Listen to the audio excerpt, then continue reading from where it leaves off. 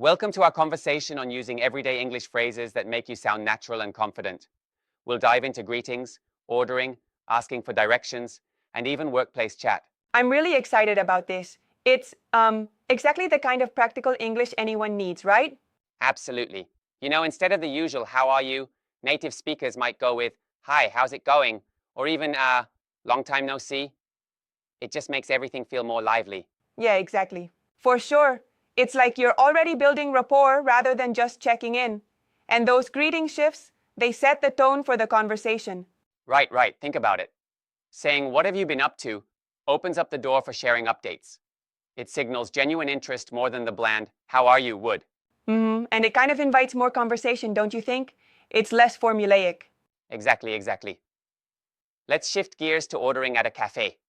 Instead of saying, one coffee, using a polite request like, can I get a medium latte, please? Really elevates the interaction. Yep, that adds clarity and politeness. It's like the difference between a curt command and a friendly inquiry. Right, and the staff often Yeah. ask, for here or to go, which gives you another little moment of choice. It all makes the encounter feel more engaging. And isn't it interesting how these small changes in phrasing can make a daily errand feel more like a natural conversation? Totally. Now, another key daily situation is asking for directions. Instead of grunting, where train station? A more polite and clear approach is, excuse me, could you tell me how to get to Yes. the train station? That small difference in wording really matters. Absolutely. And adding something like, is it far from here? Gives the person you're talking to a chance to offer more detailed help. Right on. It's like you're not just asking for directions, but also building a brief moment of connection with a stranger, which can be a subtle art form in itself. It almost feels like you're inviting a bit of small talk while getting your help. A win-win.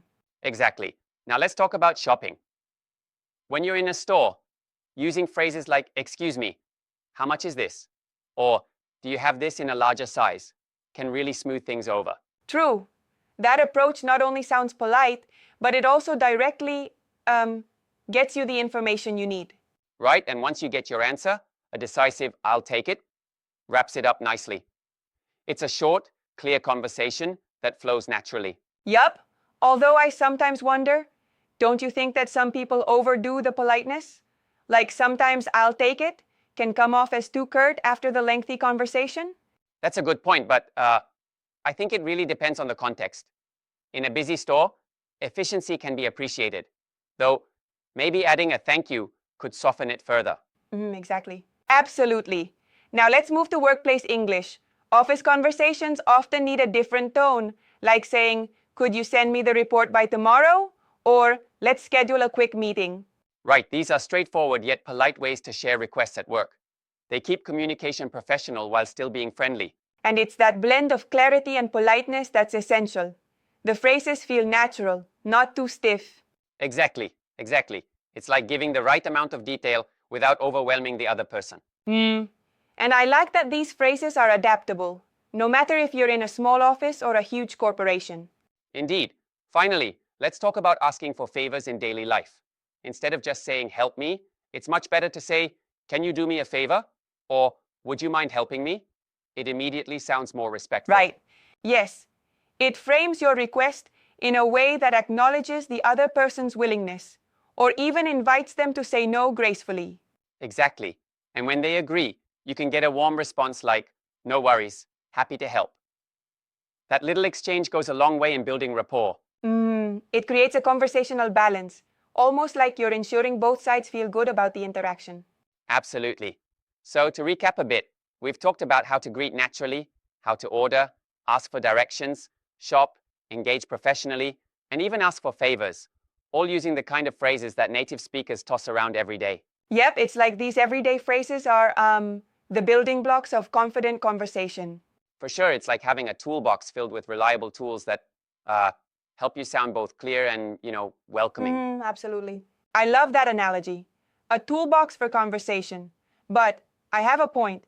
Don't you think sometimes people might sound too rehearsed if they use these phrases too mechanically? That's a valid concern. It's all about practice and making them your own. When you internalize these phrases, they naturally blend into your personal communication style. Yeah, true.